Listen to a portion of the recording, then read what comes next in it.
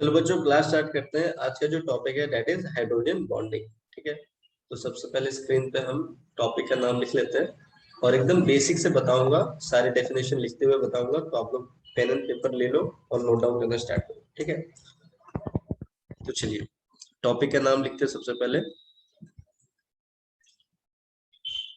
Hydrogen bonding. ठीक है, तो सबसे पहले डेफिनेशन जानते हैं कि ये हाइड्रोजन बॉन्डिंग है क्या। तो देखिए फर्स्ट पॉइंट पे आप लिखेंगे the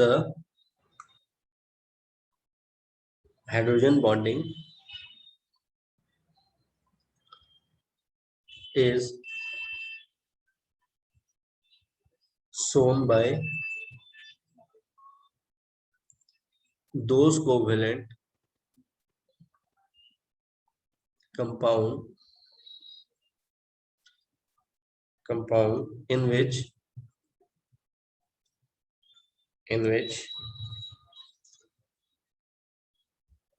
hydrogen is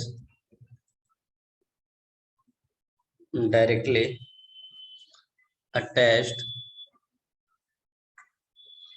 attached with more electronegative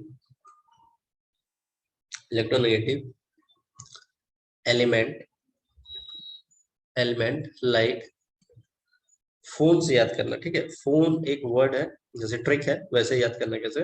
fluorine, oxygen and nitrogen, etc. ठीक है, इसके एक्सेप्शन केस भी होते हैं, जैसे कभी कभी ऑर्गेनिक केमिस्ट्री तुम पढ़ोगे तो वहां पे क्लोरीन एंड कार्बन का भी जिक्र होगा। ठीक है, तो उसको पॉइंट नंबर 2 में लिख लेते हैं हम लोग। Point number 2, in some cases chlorine and carbon also exhibit hydrogen bonding। ठीक है, अभी जो ऊपर वाला डेफिनेशन हमने लिखा ना, the hydrogen bonding is shown by those covalent compound in which hydrogen is directly attached with the more electronegative element like fluorine, oxygen and nitrogen. Phone करके तुम याद करके रखना। तो इसको चलिए समझते हैं है क्या ये। जैसे मान लो एक इलेक्ट्रोनेगेटिव एटम ले लिया हम लोग ने, ए कंसिडर कर लिया, उसको ना अलग कलर से करते हैं,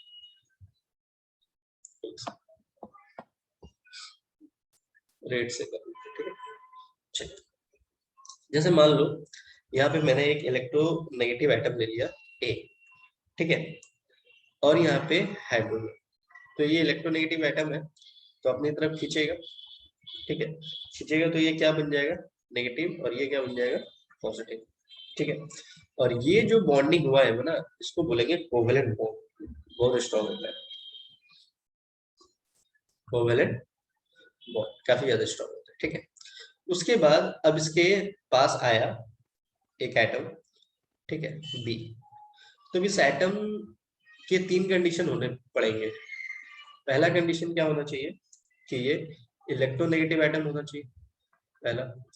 स्टार्टिंग में बोल दिया ना, directly attach with the more electronegative element. ठीक है, दूसरा इस बी वाले के लिए क्या क्या कंसीडर, सेकंड कंडीशन क्या होना चाहिए? इलेक्ट्रोनेगेटिव एटम तो बोल दिया, दूसरा क्या है?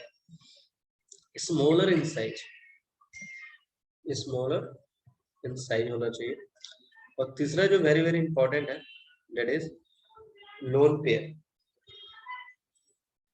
ठीक है, तो ये लोन पेयर है, तो ये क्या करेगा? इसके साथ एक बॉन्डिंग करेगा और इसी को बोलेंगे हाइड्रोजन बॉन्ड।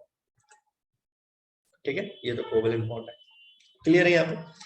अभी हम तुमको मैंने बताया था ये जो फोन करके याद कर लेना, फ्लोरीन, ऑक्सीजन एंड नाइट्रोजन। और कभी कभी ऑर्गेनिक केमिस्ट्री में हम लोग कार्बन एंड क्लोरीन भी यूज करते हैं।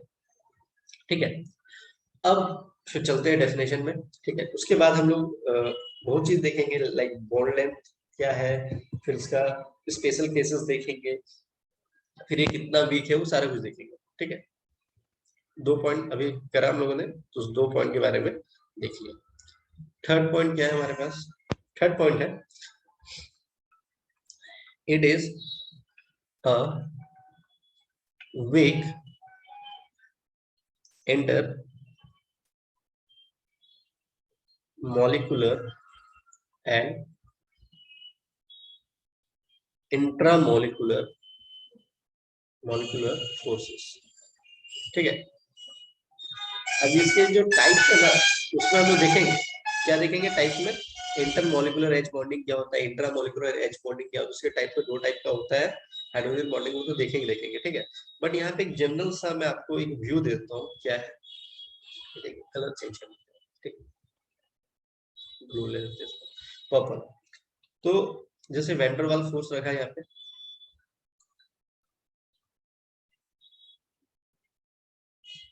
वैंडरवाल फोर्स रखा इधर, हाइड्रोजन बॉन्डिंग रखा, और इधर हम लोगों ने रख लिया आयनिक कोवेलेंट बॉन्ड। ठीक है, तो ये जो हाइड्रोजन बॉन्ड है ना, ये वैंडरवाल फोर्स से स्ट्रॉन्ग होगा ही होगा, बट आयनिक कोवेलेंट बॉन्ड से वीक होता है। ये ओवरव्यू है एच बॉन्डिंग का। बाकी इंट्रामोलिकुलर एंड इंटरमोलिकुलर क्या है बॉन्डिंग, वो हम लोग टाइप्स उसके देखेंगे। ठीक है, फोर्थ पॉइंट क्या है, कलर चेंज कर लेते हैं। फोर्थ पॉइंट हमारा है the energy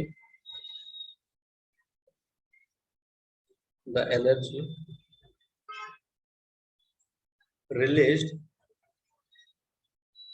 during H bonding is lies between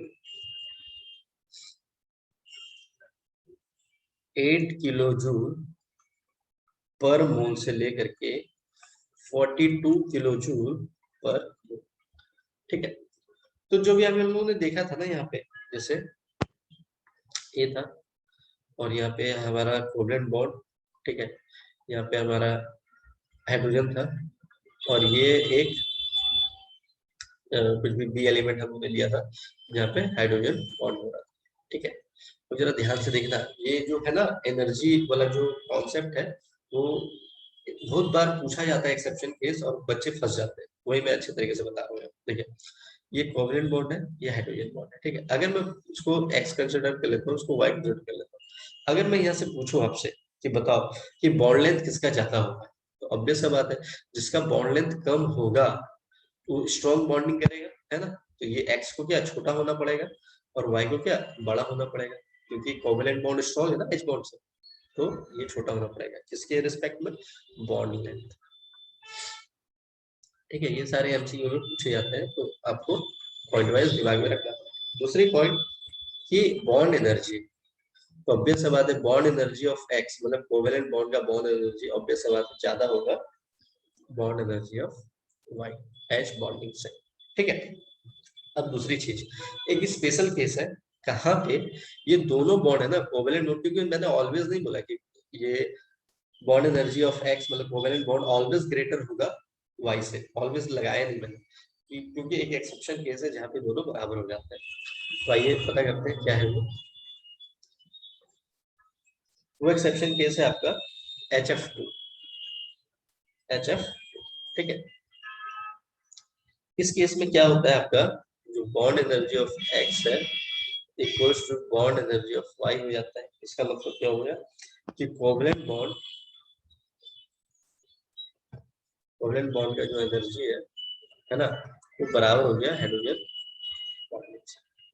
ठीक है, कैसे देखते हैं, अभी आप लोगों को बताया था ये फ्लोरीन जो है इलेक्ट्रोनेगेटिव एटम है, हाइड्रोजन है, इसको इधर तो क्या हो जाएगा नेगेटिव,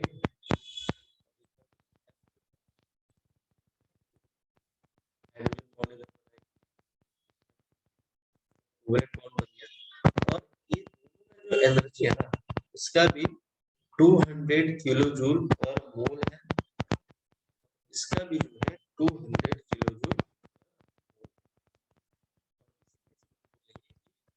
और